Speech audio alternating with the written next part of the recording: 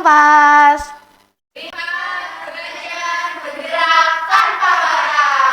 Selamat datang di podcast PSP, Pojok Suara Penang. Kali ini kita kedatangan tamu paling spesial di Universitas Pancasakti Tegal. Tentunya ada Presiden Mahasiswa dan Wakil Presiden Mahasiswa. Oke, sebelumnya perkenalkan dulu, saya Anzani sebagai host pada podcast kali ini. Dan tamu spesial kita ada Presma dan Wapresma. Boleh perkenalkan nama terlebih dahulu. Nama saya Al, saya sebagai Presiden Mahasiswa. Ya, saya Miftahul Arsi sebagai Wakil Presiden Mahasiswa. Oke, baik. Nah, sebelum kita masuk ke pembahasan yang paling hot dan penuh insight, aku boleh pantun terlebih dahulu nggak nih? Boleh. Oke, jangan lupa dijawab ya. Pagi hari minum kopi. Sambil scroll berita terkini. Ngobrol seru bareng keluarga Kompas hari ini. Ada Presma dan Wapresma yang siap berbagi. Oke, tanpa menunggu lama lagi, kita masuk ke pembahasan yang pertama yuk. Oke Kak, ngomong-ngomong, kan dari Badan Eksekutif Mahasiswa kan telah mengalami kekosongan jabatan selama berbulan-bulan. Dan sekarang telah dijabat oleh kalian.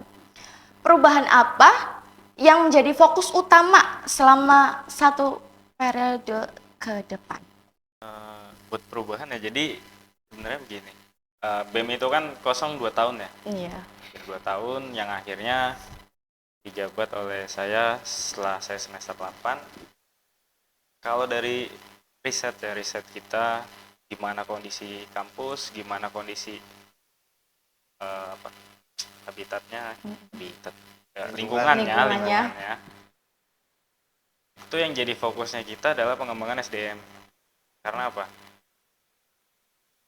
Yang saya takutkan nantinya dipertanyakan S1-nya. Ada S1, lulusan S1 public speaking. Bisa retorika, nggak bisa berargumen. Itu yang kita takutkan. Nah, kenapa kita juga mengembangkan nih dari akademik, non akademiknya juga, dan fokusnya memang ke SDM. Selain itu juga fokus kita juga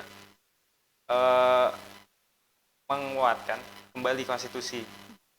Jadi memang banyak aturan-aturan yang perlu diupdate atau bahkan aturan yang perlu dibuat lagi Di periode kakak. periode kita. Dan itu aturan nanti dipakai untuk ke tahun-tahun berikutnya terus. Konstitusi jadi jelas di organisasi. Lebih diperbaiki lagi ya Kak? Iya, betul. Oke, kalau boleh tahu visi misi kalian itu apa ya? Nah, kalau visi misi sebenarnya kita kemarin itu kan hanya visi misi pencalonan ya. Iya. Jadi Berarti ada sendiri ya? Tidak terlalu kita berpatok di sana, Iya. tapi visi misi kita kan akhirnya dibentuk bersama nih bersama kabinet. Visi misi kita sih visi ya, terutama ya kita pengen buat lingkup UPS itu menjadi lingkup yang kolektif, akademik ataupun non akademik. Jadi persaudaraan ini kuat sampai kapanpun, karena di kabinet kita percaya bahwa perubahan itu bisa dimulai dengan kerja-kerja kolektif. Nah, untuk misinya ya banyak banget ya, kita nggak disebutkan satu-satu. Kalau secara formal visi misi kita Perubahan. tinggalkan itu sebenarnya, nggak jadi patokan. Pada intinya kita tekankan pada peningkatan SDM. Kembangkan lagi ya berarti ya Kak? Ya, betul. Nah, dari visi misi kalian yang di bawah ini relevan nggak sih untuk mahasiswa, kebutuhan mahasiswa sekarang?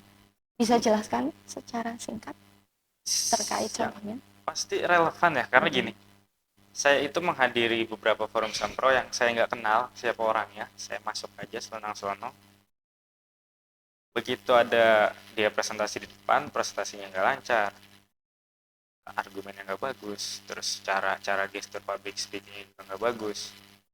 Yang akhirnya karena kejadian itu, syarat sempro itu jadi ditambah. Oh. Yang harusnya kita ngehadirin sempro itu cukup 3 kali aja, Ya. sekarang jadi 4 kali. Karena kejadian itu banyak yang nggak bisa presentasi. Dan presentasi ini kan Belajarnya ya, Mm-mm. public speaking dan lain-lain itu kan adanya di organisasi ya, pendidikan non formal. Jadi yang saya takutkan itu. Nah, relevan apa enggak sih? Pastinya relevan. Sangat relevan Banget, ya. iya. Mm-mm. Itu pasti. Terus apa sih yang menjadi alasan personal kalian akhirnya kalian mau menjabat menjadi presma dan wapresma? Ini kan personal ya. Iya. Personal berarti Personal dua-duanya dari ya. kalian berdua ya. Jawab satu-satu ya. Kalau dari saya gini. Saya pertama yang pasti buat menolong ya. Iya. Karena memang saya akhirnya terobsesi untuk menolong pada akhirnya. Menolong. Entah resikonya seperti apa, selama saya bantu, saya bakal bantu gitu. Mm. Itu kenapa akhirnya mendorong saya buat naik nih jadi presma. Mau pada akhirnya, karena saya menolak untuk diusung ya. Untuk diusung jadi presma itu menolak sebanyak 18 kali. Sebelum akhirnya yang ke-19 saya baru mau.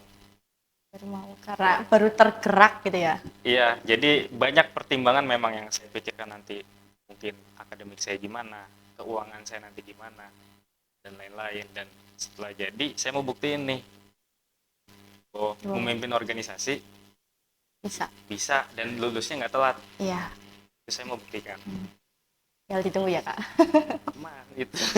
Oke, kalau Kak Arsy? Yes, kalau dari saya ya, mungkin motivasi secara personal itu, jadi dari dulu tuh, dari saya menduduki jabatan di BEM Fakultas. Jadi dulu tuh saya di BEM Fakultas. Memang saya tuh suka banget yang namanya advokasi. Mungkin dari sebelum masuk BEM Fakultas itu, saya suka banget yang namanya advokasi. Mungkin dari 10 advokasi yang ada, permasalahan yang ada di IPB, mungkin saya dari 9 pasti ada saya di situ terlibat. Nah, tapi yang jadi masalah saya pada saat itu, ketika saya tidak mengambil jabatan atau tidak mengambil sebuah peran, kayak saya tuh ngerasa advokasi yang saya bawa itu kayak jarang didengarkan oleh atas. Nah, makanya saya punya motivasi tergerak supaya advokasi saya sampai ke atas, mungkin tersalurkan, mungkin Secara langsung ya. Nah, saya ingin mengambil peran yang lebih besar. Nah, terus yang kedua mungkin ya, saya teringat pesan dari orang tua, bahwa khairunas anfa'ulinas, sebaik-baiknya manusia adalah manusia yang bermanfaat bagi orang lain. Wah, Arsy sangat tergerak ya. Arsy dengan dalilnya. Oke, bagaimana sih cara kalian nentuin anggota kabinet agar selaras dan sejalan dengan visi misi kepemimpinan kalian? Gini, kalau buat selaras itu kan pasti nggak mungkin ya, Iya. karena kan setiap pemikiran. Kalau kita, saya terutama ya, pertanyaan saya ketika orang masuk kabinet saya, ketika ingin masuk itu pertanyaan cuma satu sebenarnya, dan ini cukup ekstrim. Apa itu? Pertanyaan satu, takut di penjara apa enggak? Udah itu.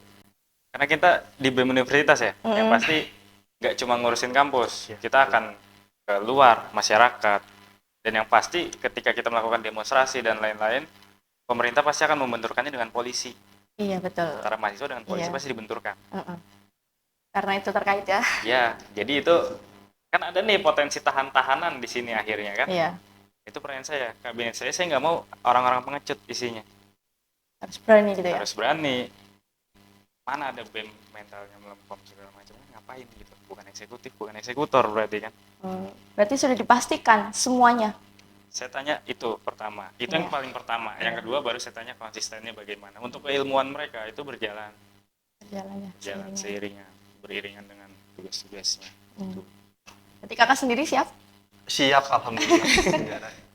Berarti semuanya dipastikan sangat siap ya kak? Siap, tapi jangan sampai. Ya, maksudnya, berarti kan sudah ada kesiapan dulu lah. Siap. Karena kan kita juga, kenapa saya tanya itu, sebenarnya cuma nguji mental aja. Dan itu kan kemungkinan terjadinya juga kecil. Iya. Dan LBH-nya kan juga kita bukan banyak sih ya. Kita udah banyak komunikasi dengan LBH, salah satunya ya alumni dari UPS, dari hukum, fakultas hukum itu kan banyak yang jadi pengacara ya. Kemarin juga nawarin bantuan, jika ada butuh perlindungan hukum dan lain-lain, bisa hubungi ke dan gratis di handle semua. Terus bagaimana cara kalian menyikapi masalah eksternal yang kemarin terjadi, yang baru kemarin kak, tentang tren etnis. Oh, dia kan. Dan itu kan disebut konflik antar univ ya, berdampak juga ke mahasiswa. Itu gimana tuh Kak? Kalau saya sih Boleh Iya. dulu. Kalau saya sih nanggapnya itu bukan suatu hal yang konflik ya, Mbak. Iya. Karena kan kita bicara ekonomi misalkan. Kalau saya menanggapi sebagai anak ekonomi itu bukan suatu hal yang konflik, tapi itu bagaimana persaingan kompetitor lah antara perusahaan yang satu dengan perusahaan yang lain. Nah, dalam konteks itu sebenarnya ada untungnya juga buat UPS. Karena kan dalam kejadian itu kan Iya. akhirnya kan anak-anak UPS kan pada muncul kan. Iya, Muncul buat tergerak gitu ya tergerak semuanya. gitu kan. Dan itu ya pernah terjadi di salah satu perusahaan besar internasional. Tahu iklannya sama Coke? Iya, tahu. Nah, itu kan hampir sama kan Iya, isunya hampir. kan. Ya. Yang naik kan yang dijatuhkan itu kan. Iya. Kalau saya secara pribadi ya menanggapi terkait kemarin itu bukan suatu konflik sih. Iya. Ya persaingan lah. Persaingan Biasa ya. itu. Seperti kayak iklan dan Ya, itu Itu, kan. itu. hampir Itu kan sama. memang salah satu trik marketing kan. Iya. Dan itu ada di dalam ilmu ekonomi itu memang ada. Padahal mah kalau sebenarnya ya apa ya? Itu jadi taraf ukur juga ya. Iya. Kapasitas mahasiswanya itu sampai mana. Iya, betul. Itu kan akhirnya terbongkar di Iya. sana. Kalau saya tanggapi ya, saya nggak bicara bisnis di sini. Tapi yang saya ukur itu kualitas akademis, insan Dari- akademisnya itu sampai mana. Katanya sebatas itu. Terus kemampuan argumentasi dan lain-lain kan kita juga pertanyakan pada akhirnya kan, kok bisa sampai akhirnya konten ini lulus sensor gitu Oh iya, ibaratnya. betul. Itu kan jadi hal yang apa ya, nggak seharusnya terjadi sebenarnya. Tapi ya pada akhirnya ternyata anak-anak UPS ini militan, ya kan? Keluarin langsung mereka prestasi-prestasinya dikeluarin Semuanya tuh. keluarin semua. Jadi malah apa ya, malah jadinya tampar bulan gitu. Tapi pakai konten gitu kan. Keren sih sebenarnya anak UPS. Jadi memang yang boleh menghina UPS itu hanya anak UPS aja. Iya, Yang betul. lain nggak Sesama boleh. ya. Iya, yang lain nggak boleh. Apa segala macam ya, kampus kita dikata ini segala macam, hanya anak UPS yang boleh ngomong itu. Iya. Yang di luar nggak boleh. Emang mereka siapa? Iya, mereka nggak tahu apa-apa gitu. Terus tindakan apa yang kalian lakukan ketika mendapatkan kritik internal dari mahasiswa terkait tren tersebut? Kan pasti banyak tuh kan dari Ya. mahasiswa, rekan mahasiswa tuh langsung, "Pres ini gimana nih, Pres? Kayak gini gitu." Oh, kemarin sih saya udah coba suruh Menteri Luar Negeri saya buat komunikasi ke Presmanya, Masyarakat. Harkat ya, Presma itu. buat kita ketemu, Mm-mm. tapi bilangnya lagi di luar kota. Artinya kan di luar kota ini kan bisa aja lagi di Slawi, apa di Iya. Brebes kan, di kabupaten. Nah, sampai sekarang ini belum ketemu, bahkan sampai acara agenda-agenda yang kita buat untuk membahas isu lingkungan, Mm-mm. galang dana juga nanti buat apa? Buat nanti bencana yang di itu Ya, ada sari. terapi apa sok apa gitu. Ya. Apa ini namanya tuh Pak? Trauma. Ya, terapi Oh. trauma lah semacam itu. Kesana juga kita. Nah, yang kemarin saya temui dari Harkat itu justru bukan dari Presmanya, bukan dari BEM-nya. Oh. Sampai hari ini saya belum ketemu, dan yang ketemu itu ya mahasiswa-mahasiswa yang memang berorganisasi di luar kampus. Jadi rada susah nih. Nah, nggak lama teman saya datang tuh ke Harkat. Iya. Tuh teman kakak. Tahu gak? Tahu ceritanya enggak ya? Enggak. Nah, jadi datang ke Harkat Iya. 2 orang Mm-mm. duduk di kantin. Jadi di kantin. Nah, sebelumnya itu dia itu komen di akun Salah satu TikToknya gitu, itu, heeh. di postingannya, talentnya. Dia komen, "Mas, besok ketemu saya." Oh. Dia komen kayak gitu. Itu kan orangnya punya ciri khas tuh, rambutnya gimbal dia. Iya. Duduk di kantinnya Harkat. Duduk di sana. Gak lama disamperin sama dosen. Iya, terus "Mas, kamu Rijal ya?" Gitu. Namanya kan Rijal. iya. Ini katanya mau ketemu anaknya. Akhirnya ketemu lah. Mm-mm. Ngobrol di sana. Cekcok itu di situ mereka kan. Yang pada akhirnya tetap nggak nemuin jalan keluar karena di sana kekeh bahwa kampus yang banjir bukan hanya UPS.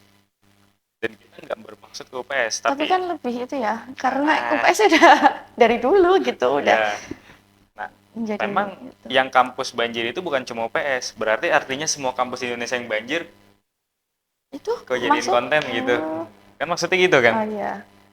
Dan mereka ya tetap pembelaan ya umumnya lah ya, umumnya pembelaan seperti apa yang akhirnya ya dia tanggapin sama teman saya bercanda sebenarnya. Kayak ya udahlah, apaan sih, orang kita juga nggak serius. Oh, Sebenarnya kita iya. nggak serius, kayak ya udah gitu, have Iya. fun aja gitu. Nggak yang perlu senggol-senggolan sampai akhirnya bentak-bentakan gitu, ngapain gitu kan, nggak penting. Ngapain bentrok gitu ya. Berarti ternyata mereka tetap kekeh dan nggak menemukan jalan keluar. Ya sudah. Ya Ya. tetaplah pembelaan ya, kalau kita kan have fun aja lah, Ya. nggak mikirin banget. UPS kan emang udah kebal ya. Ya kita kan punya kedokteran ya kan, Iya. Kan baru ya kak. baru tapi kan mahal. Iya sangat apa. Berarti itu gimana tuh kak tentang kedokteran itu? Kakak kedepannya itu gimana tentang fakultas Jadi kedokteran itu? memang PKKMB itu kan nanti September itu kan udah kedokteran ya. Iya. Fakultas berarti kedokteran itu nanti ospek fakultasnya atau makrabnya juga kan dipegang BEM. Iya. Dan yang jadi masalah kita gini, beda kulturnya antara mahasiswa kedokteran dengan yang biasa ya kan. Bedanya tuh apa kak? Nah itu kita belum ketemu bedanya. Itu kenapa? Yang pasti kan jelas beda ya. Iya. Mereka kan bukan orang-orang yang Yang kayak kita Ya, itu ya. lebih itu katanya ya high class lah ibaratnya iya. kan.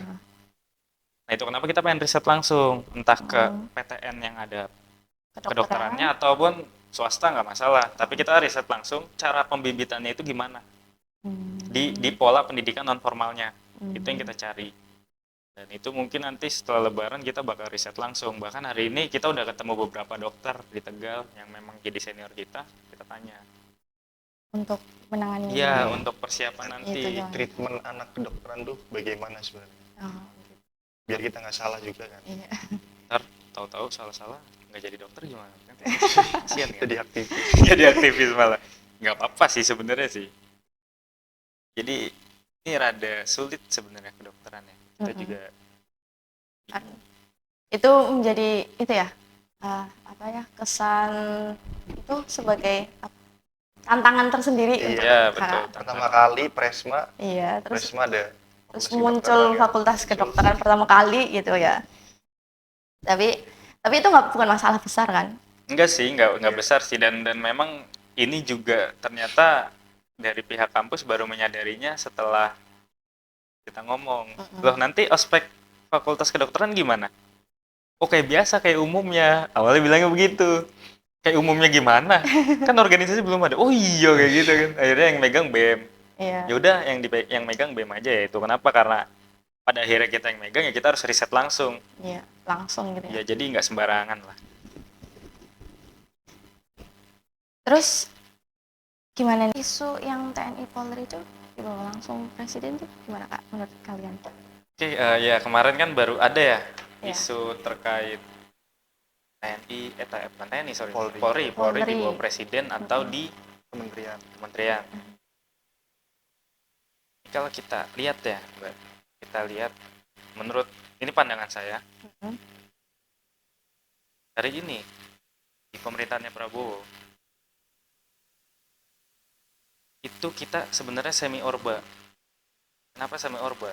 Semua sektor, hampir semua sektor Hampir.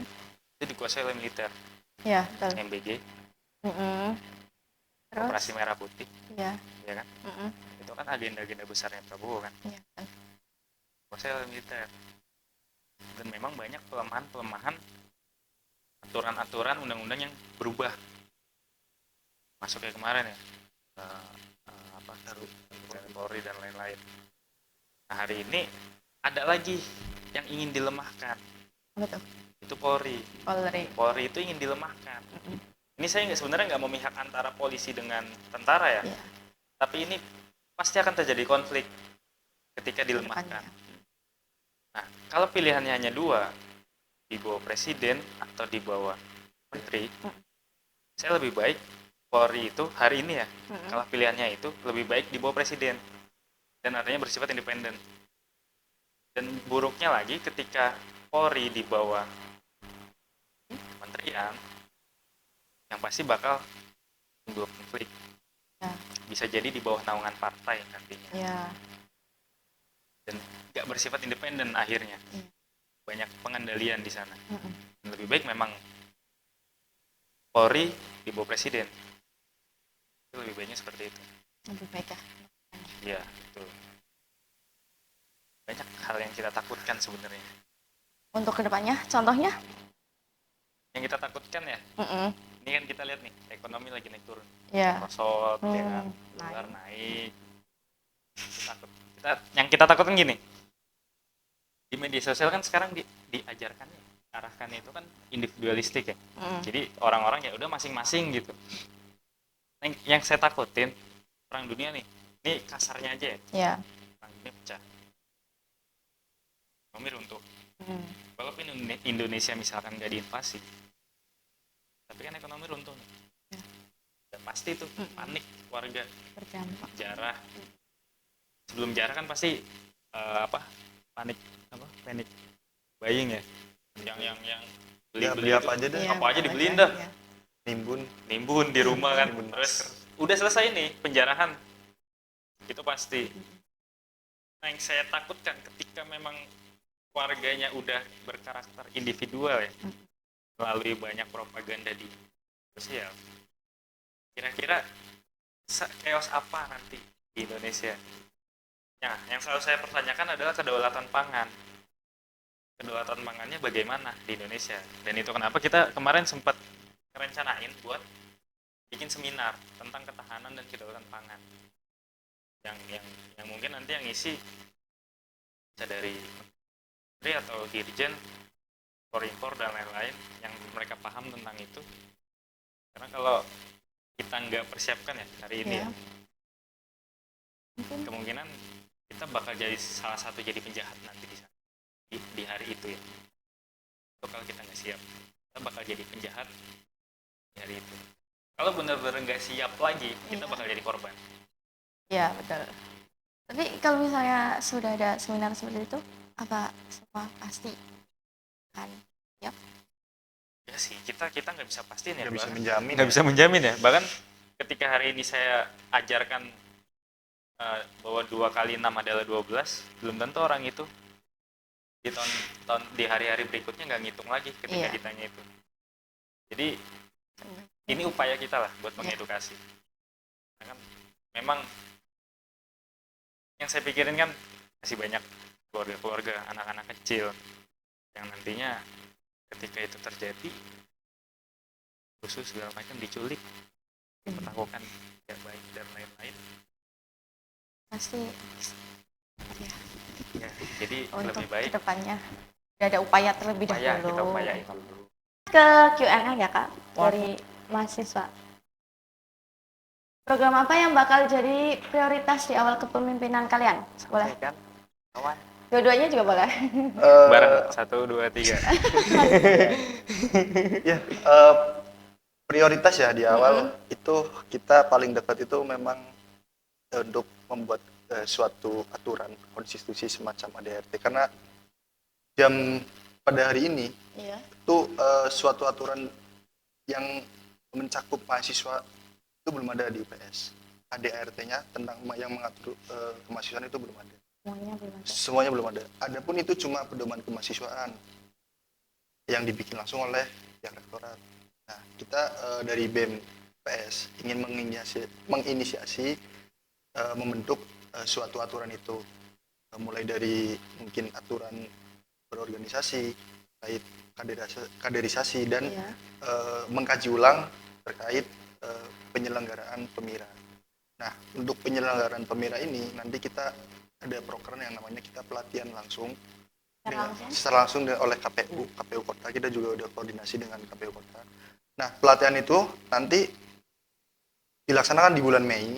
Nanti seluruh Mei ini Iya, rencana Mei ya. awal, akhir, Akhir kayaknya. akhir. Nah, jadi seluruh fakultas yang metode pemilihannya masih pemira, nanti kita akan beri akses kepada KPU untuk melakukan pelatihan. Karena kita kan kenapa kita punya program ini kan kita juga riset kan terkait pelaksanaan pemiranya kita. Iya. Itu kita ya masih dibilang masih cacat lah dalam pelaksanaan. Mulai dari sosialisasi ke mahasiswanya kurang, atau apa dan sebagainya lah terkait transparansi proses pelaksanaan itu kan masih kurang kan. Bahkan sekelas Pemira Univ kalau saya lihat masih kalah dengan Pemira FH atau Divisip. Berarti apa ya, untuk depannya lebih Betul. baik lagi. Tapi itu gratis kan latihannya? Gratis. Bahkan kita ada salah satu program kerja itu LKTT, latihan kepemimpinan tingkat tinggi. Itu kita usahakan gratis dan Dan kita akan mengundang materi nasional di situ. yang bisa ikut Semuanya. Semuanya bisa? Tapi gini, dalam program LKTT itu kita prioritaskan mahasiswa-mahasiswa yang di himpunan atau Iya, masuk organisasi organisasi. himpunan. Kita delegasikan 5 lah kader terbaiknya buat ikut LKTT. Tapi dengan catatan dia harus ikut LKMM. Karena kan LKTT ini kan berkelanjutan. Iya. Jadi ada LK tingkat menengah, itu biasanya terjadi di fakultas. Terus kita di Univ ngadain LKTT.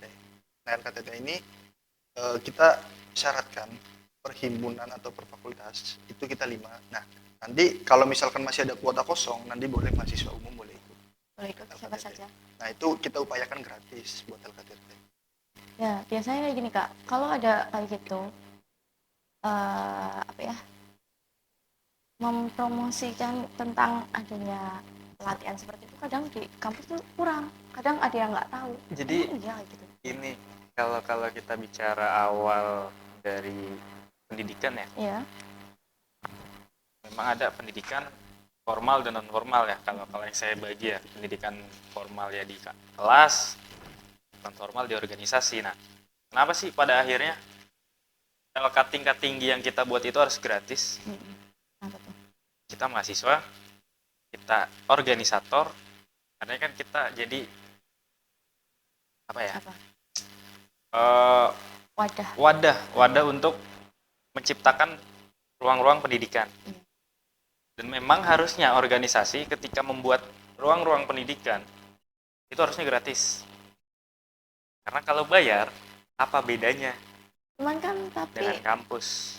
tapi kan kadang ada kita membutuhkan biaya karena kekurangan biaya lah atau apa gitu. Biasanya dari Oke. organisasi itu. Seandainya bayar pun ya, seandainya bayar pun hanya untuk diri, Kita iya, diri kembali. pesertanya. Oh, kembali. Misalkan acara 3 hari, Iya. dengan estimasi misalkan uang 50.000 bisa buat backup makan mereka 3 hari itu, Iya. ya udah 50.000 aja. Karena memang organisasi dalam hal pendidikan ya, itu harus bersifat nirlaba. Dia nggak boleh mencari keuntungan, haram hukumnya. Nah itu yang selalu saya ajarkan ke adik tingkat saya di teknik mesin, bahwa ketika melakukan agenda makrab himpunan itu kaderisasi pertama kali, pendidikannya mereka pertama kali, jangan pernah ngambil duit Rp1.000 pun dari iurannya mereka. Dan memang iurannya mereka 200.000 di acara itu. Tapi 150 jadi PDH, 50.000-nya makan 3 hari. Kalau duitnya sisa, itu dikembalikan lagi ke angkatannya mereka. Karena setiap angkatan itu punya ketua angkatan. Jadi dikembalikan lagi. Mau dikembalikan? Tapi kan biasanya Sisa duitnya itu nggak diambil sama himpunan, tapi dikembalikan lagi ke angkatan. Tapi kan terkadang ada yang buat penyewaan, kan biasanya kalau makrab ada yang Ya, villa, penyewa tempat. iya. Nah, Atau apa ya, mobil untuk ke sana gitu. kalau kita Transportasi. konsepku ya, Mm-mm. makrab lebih baik di kampus. Kalau konsepku Kenapa? kemarin, fasilitas terjamin, Iya. air, WC, semua segala ada, gratis, resiko minim, Iya. nggak ada perjalanan. Tapi kan biasanya mahasiswa yang lain butuh refreshing biasanya gitu Pak. Ya, oh gini, jadi Gimana? kalau di kita gini, ini ada makrab, Iya. sorry namanya mabin, kalau di mesin Oh, namanya oh, mabin, mabin. malam binaan. Nanti setelah mabin itu ada makrab. Nah, Berarti ada makrab, 2 acara. iya, makrab ini memang bener senang-senang aja gitu, sharing-sharing, nggak ada kelas, nggak ada praktik segala macam, itu nggak ada. Karena di mabin ini kan kalau kita lihat kan itu seperti makrab prodi di tempat lain, cuma kita namanya mabin. Itu dari hari pertama sampai hari terakhir itu full materi semua. Iya. Jadi kita mungkin bisa sampai 14 materi selama 3 hari. Dan setiap materi itu sampai ada yang 3 jam, 4 jam. Itu di teknik mesinnya. Terus setelah itu selesai, itu kenapa uangnya dikembalikan? Uang hasil iuran mereka, sisa, dikembalikan. Setelah dikembalikan, mereka bikin makrab sendiri. Artinya panitianya dari maba nih. Maba bikin makrab, bakar-bakaran di Guci atau di mana, nanti ngundang cutting ke sana. Oh, Sebagai berarti tamu. bukan panitia yang mengatur ya? Bukan, tapi mabanya sendiri, dan mabanya dilatih untuk bikin acara hari itu. Oh, berarti Langsung. langsung gitu. Iya, setelah mereka didik melalui mabin, langsung dipraktekin, sono bikin acara buat makrabnya kalian, acaranya kalian sendiri, bikin sendiri, panitianya sendiri, pengelolaan uangnya sendiri, terserah. Tapi itu hanya di mesin. Kalau di selain itu kan gimana? Betul. Kalau FEB itu gimana, Kak? Gini, makanya kan kita kan punya program ya, salah satu program kami kan itu kan pedoman kaderisasi. Jadi di dalam pedoman kaderisasi itu kita akan mengatur bagaimana pelaksanaan makrab. Mungkin kalau di makrab kan ada semacam materi-materi. Iya, kan. materi Nah, gitu ya. kita di pedoman kaderisasi itu kita akan mengatur materi-materi apa yang ada, yang wajib ada di sebuah Iya. makrab. Jadi tidak ada lagi ketimpangan lah antara mesin, FEB, atau FISIP atau EVA. Nah, memang yang terjadi di FEB pada saat ini ya, mereka makrab ya hanya sebatas refreshing, betul. Dan mereka iuran, nyawa di Gucci, senang-senang udah, tidak ada esensinya buat pendidikan atau organisasi itu nggak ada. Mereka tidak diselipkan sebuah materi lah di situ. Jadi saya sih pengennya ke depannya untuk terkait makrab atau tadi semacam mabin, istilahnya kan tiap fakultas beda kan. Iya. Jadi kita punya standar di situ melewati pedoman kaderisasi. Jadi dibikin standarnya lah untuk kaderisasi itu bagaimana sih idealnya. Mungkin terkait pelaksanaan kaderisasi kapan dan teknisnya bagaimana, kita bakal atur di kongres itu. Oke, berarti nanti setiap himpunan atau HMPS Jadi, dari setiap prodi itu iya. harus mengikuti standar. Tapi biasanya kan ada yang tidak, gimana ya, karena kekurangan biaya lah atau apa gitu, gimana, Kak? Jadi gini, kemarin kita sempat ada yang kekurangan personel, kekurangan biaya. Iya. Kita coba tawarkan gimana kalau bikin LK-nya digabung aja. Sama? Jadi collab nih. Oh, Misalkan antara FISIP dengan hukum collab bikin LK-nya. Bareng karena keterbatasan panitia misalnya, orang-orang dan lain-lain. Nah, terus tadi apa? itu makrab kayak Oh, beda ya, Collab, beda tentang itu ya collab. segala macam Iya. ya. Jadi gini, standarnya itu hanya membahas tentang tujuannya apa, kenapa harus materi apa aja yang diwajibkan. Misalkan dalam pedoman itu, himpunan ketika mengadakan makrab wajib di bulannya ditentukan. Oh, berarti sudah ditentukan. Ya, misalnya Harus mengikuti gitu ya semuanya? maksimal 1 bulan setelah Itu PKKMB. PKKMB. Iya. Kenapa maksimal 1 bulan setelah PKKMB? Nah, itu nanti ada risetnya semua.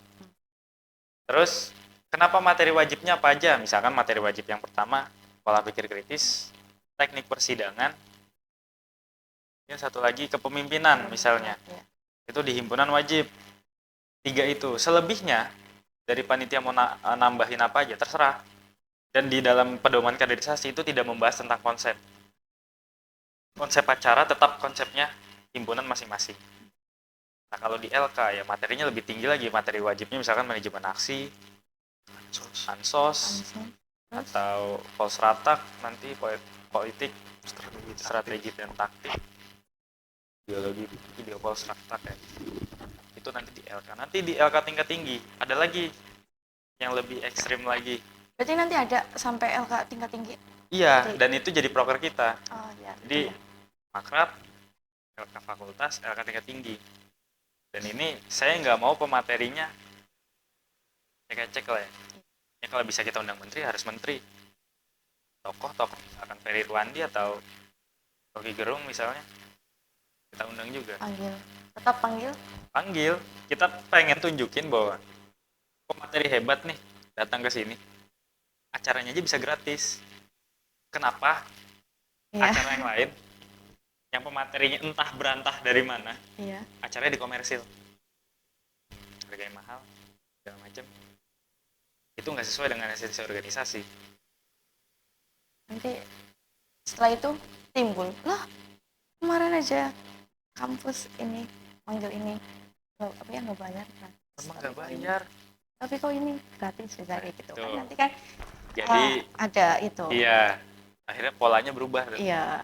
Pengennya sih begitu kita. Ya, makanya sampai saat ini kita masih usahain komunikasi ke sana. Yang saya target itu sebenarnya Bu Susi ya. Susi Pujastuti, karena kita punya fakultas perikanan dan kita berada di pinggir laut. Iya betul. Sisir.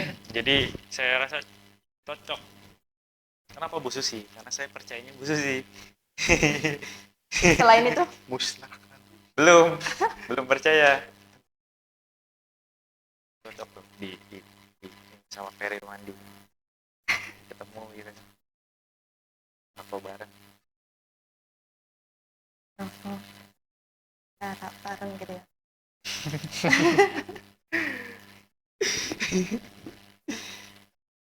Berarti Lu untuk nggak mau masak mie?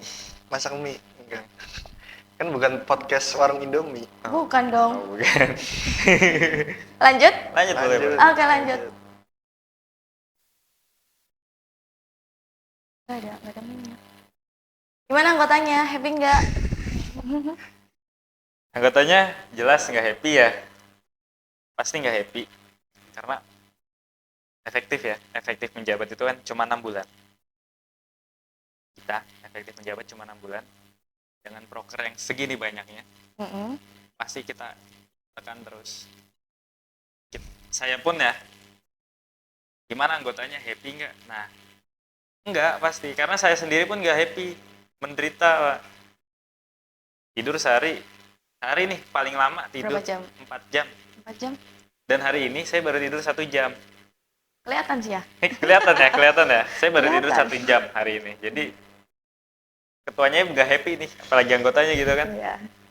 Pasti nggak happy. Tapi nanti saya yakin setelah memang melewati semuanya, pengalaman proses dan lain-lain, bisa tuh happy tuh. Karena gini, politik itu kan, pendidikan adalah jembatan kesuksesan. Iya. Jembatannya kan sampai sini ya. Ditambah politik, jadi sampai sini jembatannya. Panjang ya. Lebih panjang lagi. Itu kenapa itu?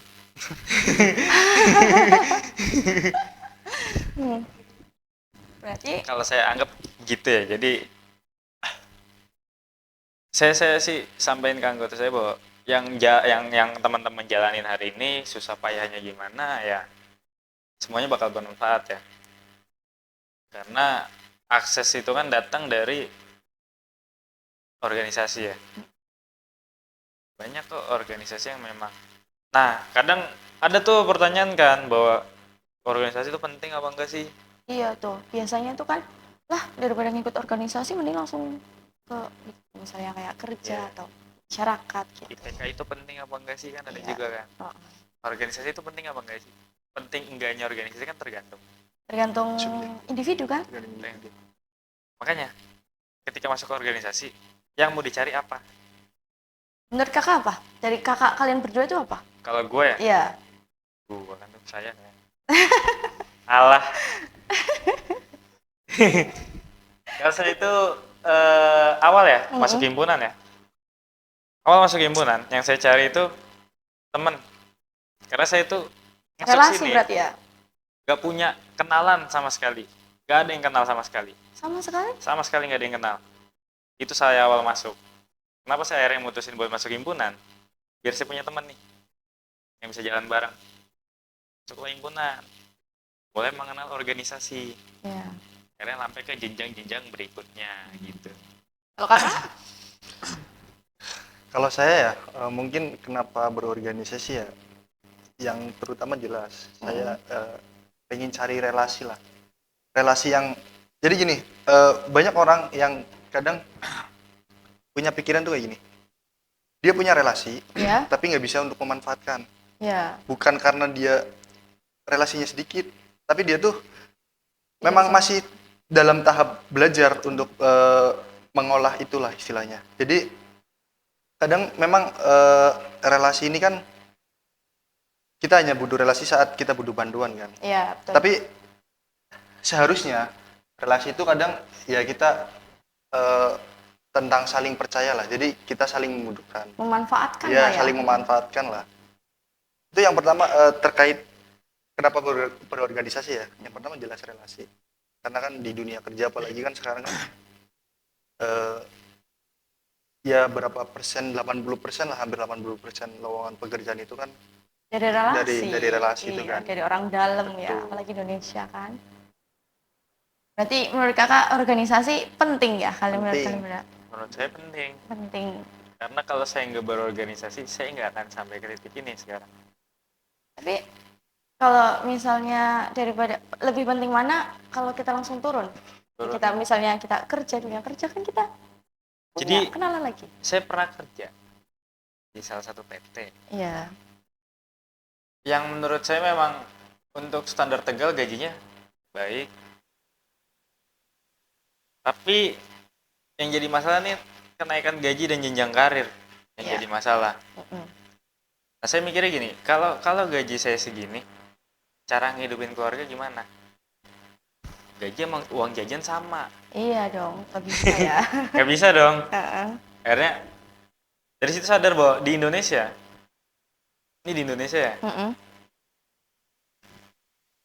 kerjaan enak atau enggak itu diukur dari ijazah. Dan itu fakta. Fakta. Itu di Indonesia. Tapi Dan saya kuliah, orientasinya bukan cuma nyari ijazah. Nyari ijazah itu pasti nomor satu.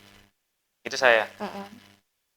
Tapi selama berjalannya kuliah ini, apa aja nih yang bisa saya manfaatin? Cabang-cabang apa yang bisa saya ambil Iya. semuanya? Untuk mendapatkan uang.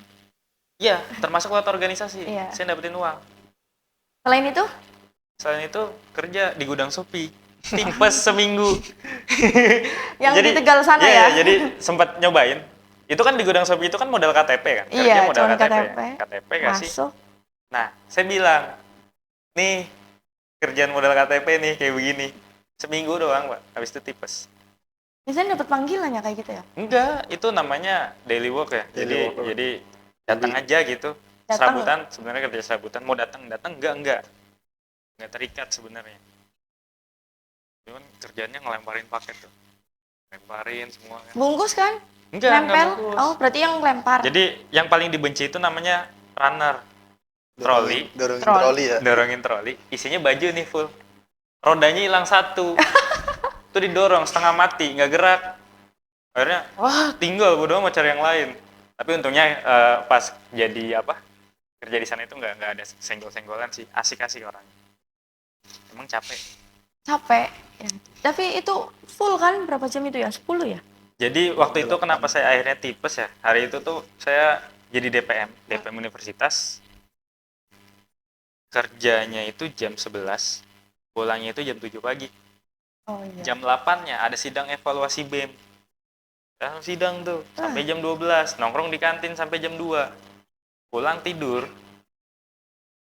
Pulang aja langsung tidur tuh, main game dulu, tidur jam 6. Berangkat lagi tuh jam 11.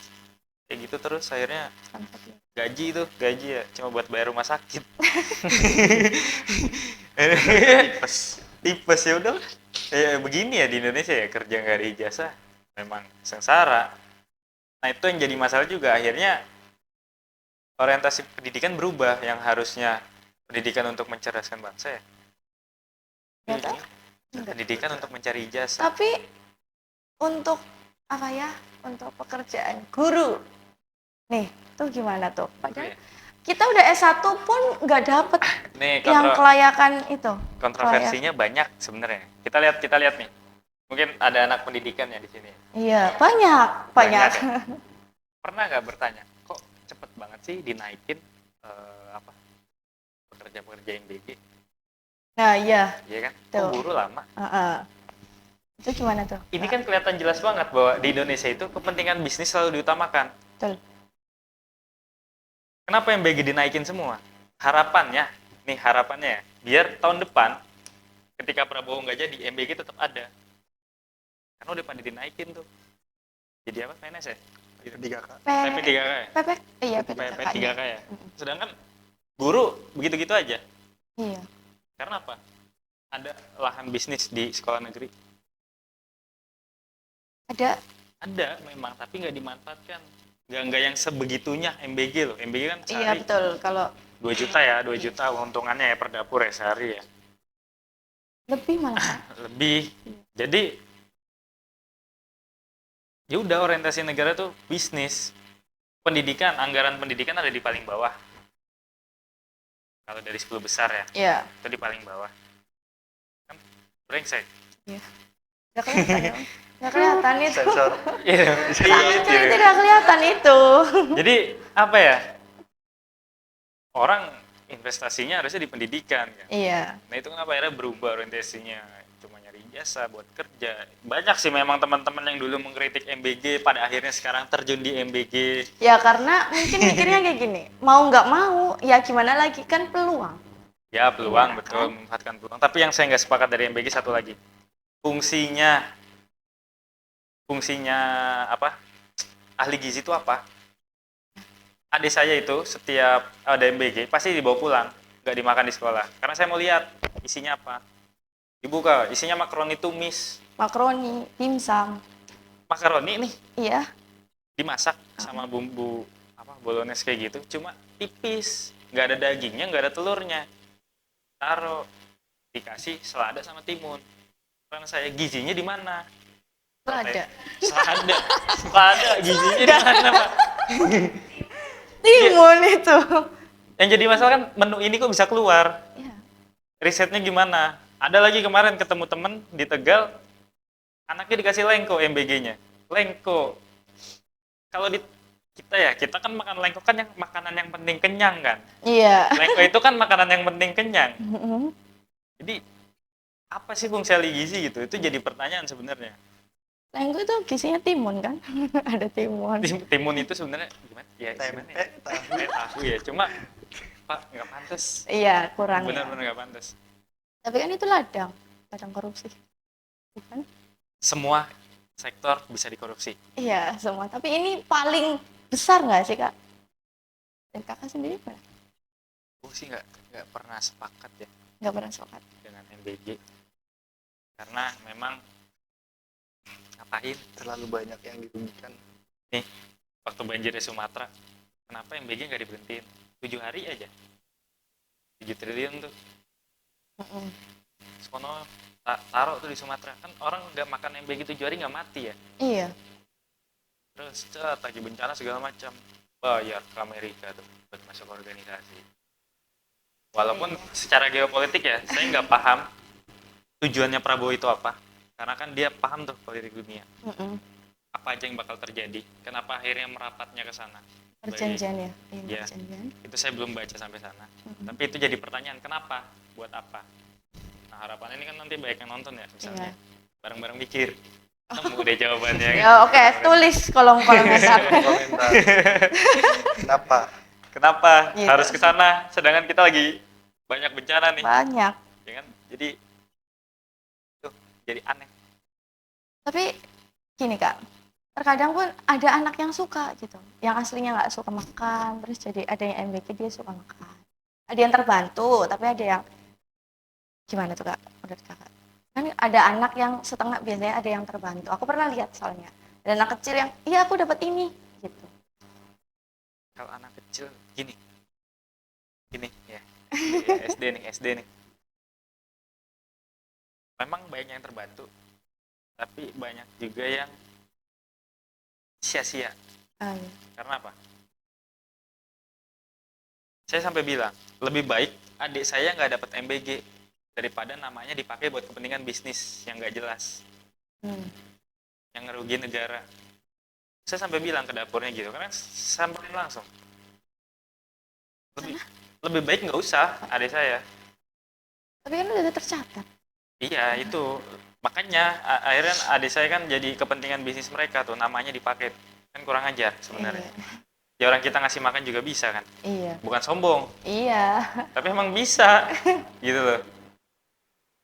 MBG ada, ntar pas krisis ekonomi tuh MBG ada tuh. Wah keren itu. Iya dong. Lagi perang dunia nih, ada MBG. Wah keren itu. Tapi nggak mungkin. Iya. Orang kita aja MBG sekarang utang-utangan ya. Kalau Kakak? Menurut Kakak gimana pendapatnya?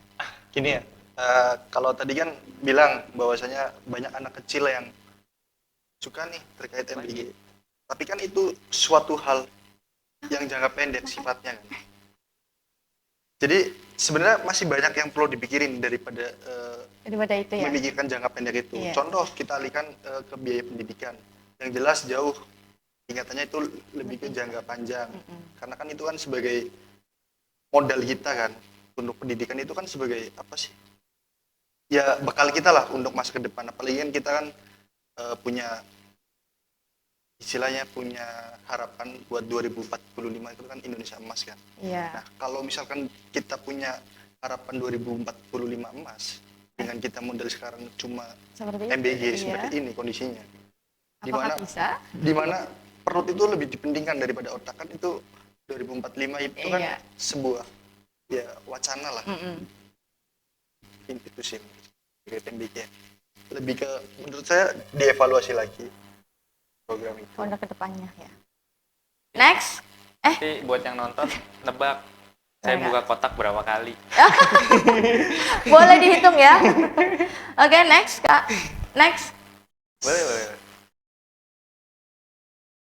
Sebenarnya tinggal dimakan nggak apa-apa Kak. Dijawab. Nih, bagaimana Anda menjamin keamanan lingkungan kampus dari kekerasan seksual dan bullying? Kekerasan mungkin kurang ya. Maksudnya jarang ibaratnya. Sebenarnya kalau menjamin keamanan itu kita mulai dari diri sendiri ya. Kita mulai dari diri sendiri untuk lingkungan kampus terkait kekerasan, terkait seksual, entah itu pelecehan ataupun asusila dan bullying. Itu mulai dari menjaminnya itu ya dari diri sendiri, kesadaran kolektif. Jadi apa ya kalau kita menjamin yang ditanya Anda menjamin keamanan ya kita kembalikan lagi ke personal setiap individu yang ada di kampus. Tapi kalau untuk kasus dan lain-lain, Iya. Tuhan banyak. mau nggak bantu gitu, bahasanya misalkan gitu, pasti kita bantu, kita selesaikan juga. Apalagi nih, biasanya kalau yang saya tahu, yang sering di kampus itu seksual dan bullying. Atau seksual tuh kayak, misalnya gini Kak, tiba-tiba kita cuman hanya sekedar kenal, tiba-tiba ngerangkul. Ada yang seperti itu. Ya, itu kan menurut itu udah seksual bukan? Pelecehan? Tergantung. Jadi Gimana tuh? susah untuk menyebut, nggak susah sih sebenarnya. Harus ada konfirmasi juga bahwa apa ya, saya nggak paham betul ya tentang ini ya. Jadi seandainya ngomong pun nih, takutnya Iya. sembarangan. Betul. Dan Karena nih- dikatakan pelecehan itu kan ketika ada yang dirugikan kan. Iya. Karena kalau sama-sama mau kan nggak bisa dikatakan pelecehan. Lah kalau yang kita yang misalnya ada yang nggak mau gimana? Dan kita diam? Kan biasanya ada Kak antar mahasiswa dan yang dirugikan pasti perempuan kan? Nah itu kenapa? Kenapa perempuan? Ya karena kemungkinan itu ada di perempuan. Kemungkinannya akan terjadi sesuatu yang kelihatan dengan perempuan. Laki-laki yang melakukan tidak Perempuan Pasti. semua ya di sini ya. kelihatan kan? Misalnya kayak hamil, yang kelihatan perempuan. Bukan? Cuma karena itu artinya ketika Bukan ada- cuma karena itu dong ada- Kak. Ini jadinya forum debat nih. Oh. Enggak. Jadi Gimana? kita nggak bisa jawab sembarangan ya soal terkait seksual ya. Iya. Nah, ini kalau menjamin keamanan ya memang mulai dari diri sendiri. Tapi kalau untuk kasus apa segala macam misalkan ada aduan ke BEM ya kita eksekusi. Masih Ya mungkin yang dimaksud itu mungkin ya. bullying Bullying kan pasti banyak tuh antar Ah. mahasiswa dari Bullying. perkataan, dari mereka itu nggak bisa melawan karena mereka ibaratnya salah satu ini udah ada antar geng. Ininya Ya, nih. itu gimana tuh? kalau bullying ya. Ya. Ini kan ada UKM silat ya, UKM silat. Masuk UKM silat, masuk UKM Sindoka nih biar nggak dibully. Berantem, Kita punya wadahnya. kok Dibully buat nih, tanganin berantem. bullying. ya kan? Ntar nyampainya ke sini kan kekerasan kan, terus pisau. Nggak, memang menurut gue ya. Tuhan kan menciptakan tangan buat baku hantam ya. Iya, Tuhan menciptakan tangan buat baku hantam. Jadi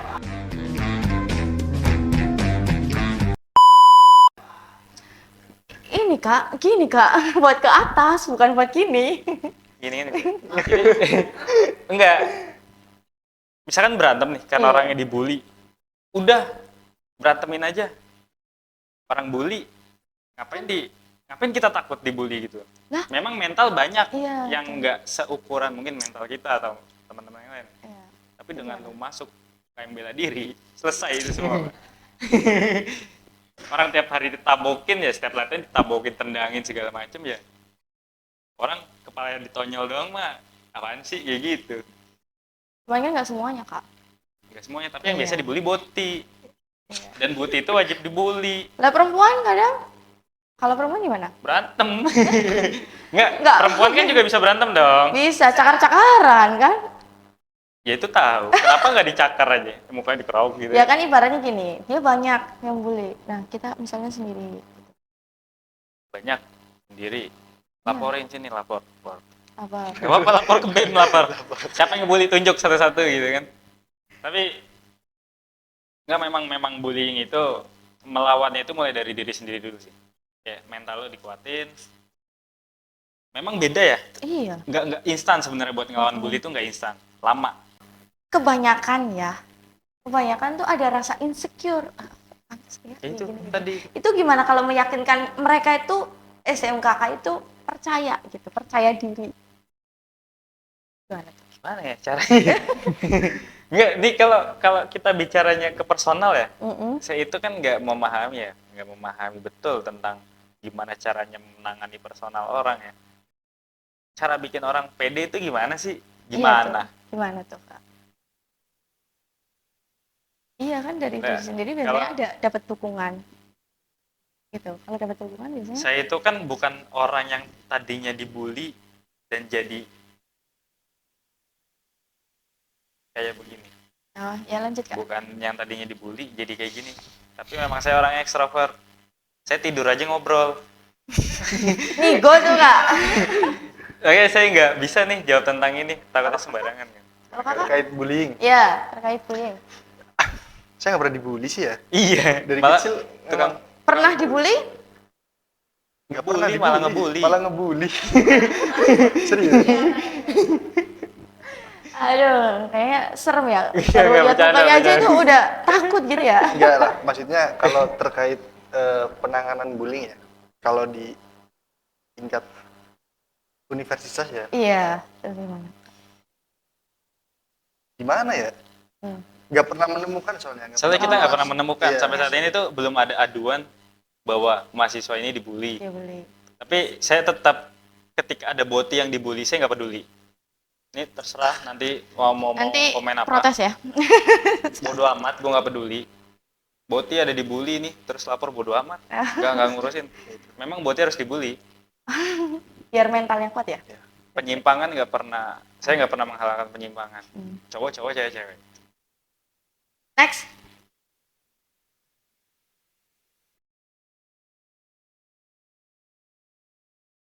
Suka duka menjadi Presma dan Wapres sama baru ya. Baru banget ya. Baru sih. Tapi kayaknya baru-baru juga udah ada suka dukanya nggak, Kak? Banyak. Contohnya? Jadi saya kan sebelum jadi Presma juga kan ada di BEM ya. Iya. Di BEM itu saya banyak keluar anggaran pribadi. Memang harusnya organisasi kan anggaran pribadi ya. Nah yang jadi masalah ini ekonomi sebenarnya. Suka dukanya. Jadi yang harusnya Ragu Kita Sampurnamil nih jadi Dio Jambu. Dari yang harga berapa? Iya. Sampai jadi harga Dari 20. dari harga 34.000 jadi 18.000 rokoknya. 18. Nah, kenapa bisa jadi kayak gitu? Muter keliling. Hmm. Kadang sini minta ketemu, kita ketemu. Kan kalau di tempat kopi kan ya masa nggak mesen gitu. Minimal es teh lah kan. Terus malam kan bisa sampai pindah tempat tuh 3-4 kali buat ketemu teman-teman, konsolidasi dan segala macam. Nah itu dukanya sih itu sih. Dukanya Dompetnya itu. kering, sumpah. Kalau Kakak? Sukanya ya, mungkin terkait suka jabat sebagai wakil presiden mahasiswa itu jadi punya banyak relasi lah. Relasi. Jadi relasinya itu ya tentunya. bukan sekedar relasi kayak misal langsung dengan petinggi-petingginya, mungkin dengan KPU ya langsung dengan komisarisnya. Lebih ke relasi sukanya. Kita terkenal dengan banyak orang, kenal banyak orang, terus juga menolong mahasiswa kan. Ya. Buat itu ya. Terus Buat kedepannya untuk mencari loker. Enggak sih, Enggak lebih Itu ke juga. Itu juga aslinya kan terus dukanya dukanya. karena kita jalan bareng ya. Ya. Ya sama sih, dompet kering. Kadang kita menemui orang kayak misalkan contoh dari kemarin juga semalam kan ke IBM gitu. Kadang satu hari itu bisa pindah 5 tongkrongan, Oh gitu. 5 tempat ngopi itu dengan Itu nggak ditentuin sendiri yang sana ya yang nentuin. enggak. Ya gitulah ya kita. Soalnya kita jadi Presma dan wakil Presma nggak pengen lah bersifat eksklusif. Oh. Yang kalau diundang harus dia yang nyamperin. Ya kita enaknya di mana gitu. Kita nggak mau eksklusif orangnya. Jadi ya merakyat aja lah. Buat apa juga eksklusif Presma.